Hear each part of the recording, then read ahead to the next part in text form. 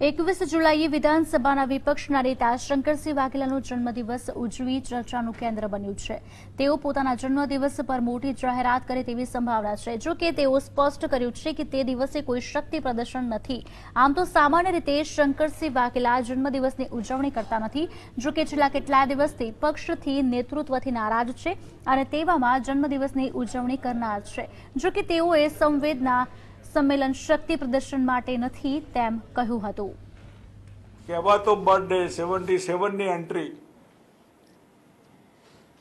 અને એ દિવસે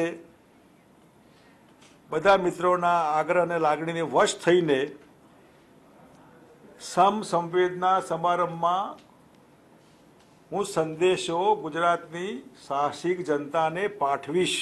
ગુજરાતની પ્રજાના હિત માટેનો સંદેશો હશે। તમારા ઘણા બધા પ્રશ્નોનો જવાબ સંદેશામાં હશે। ગુજરાતના વેપારીઓને જીએસટી બાબતે અસમંજસ છે। ગાંધી ચિંધ્યા માર્ગે જેઓ આંદોલન કરી રહ્યા છે તેવા વેપારીઓ પ્રત્યે સહાનુભૂતિ રાખી વેપારીઓ ધીરે ધીરે જીએસટીથી માહિતગાર થાય ત્યાં સુધી એટલે કે અંદાજિત 1 વર્ષ સુધી કેન્દ્ર સરકારે વેપારીઓને જીએસટીમાંથી મુક્તિ આપવી જોઈએ તેવી માંગ વિપક્ષના નેતા શંકરસિંહ વાઘેલાએ કરી છે। વેપારીઓ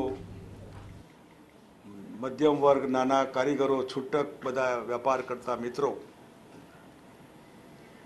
एमने जीएसटी न गमती हो न गमतु हो टेक्सनु जे कई अत्यारे मार्कू 28 ने 35% स्लेब साथेनु